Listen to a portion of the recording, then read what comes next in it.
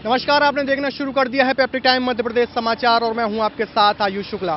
इस वक्त पैप्टिक की टीम दतिया शहर यानी दतिया विधानसभा में एंटर हो चुकी है और दतिया में अब लगभग 24 घंटे से कम का समय बचा हुआ है, यानी कल 30 जुलाई को यहां पर मतदान होने वाले हैं। जो दतिया विधानसभा में उपचुनाव हुआ और लगातार इधर पर अलग अलग पार्टियों का प्रचार चल ही रहा था। अब प्रचार प्रसार जो है लगभग बंद हो चुके हैं।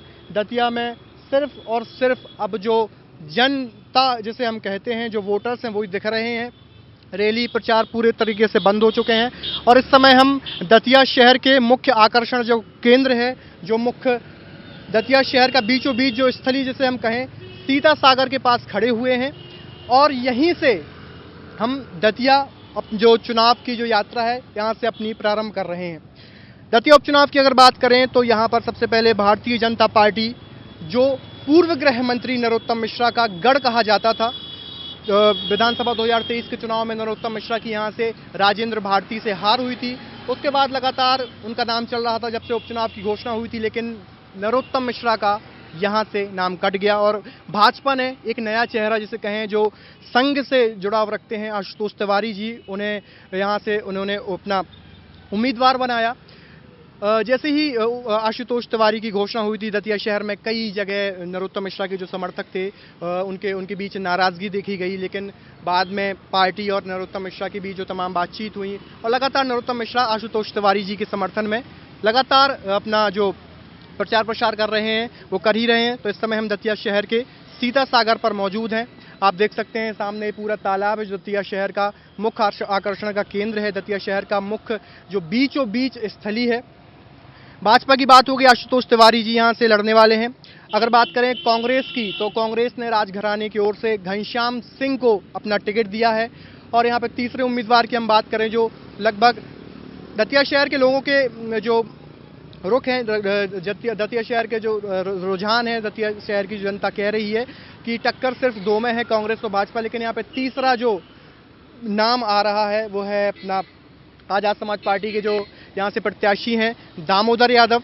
लगातार वे भी यहाँ पर कई महीनों से अपना दमखम के साथ लगे हुए हैं और वे मैदान में भी उतर चुके हैं, लगातार अपने प्रचार प्रसार कर रहे हैं और उनकी तरफ से जो नगीना सांसद हैं चंद्रशेखर रावड़ भी, वो भी यहाँ पर उनके प्रचार प्रसार में आए। तो लगातार सब पार्टियाँ अपनी अपनी दमखम के साथ दतिया उपचुनाव में लगी हुई हैं।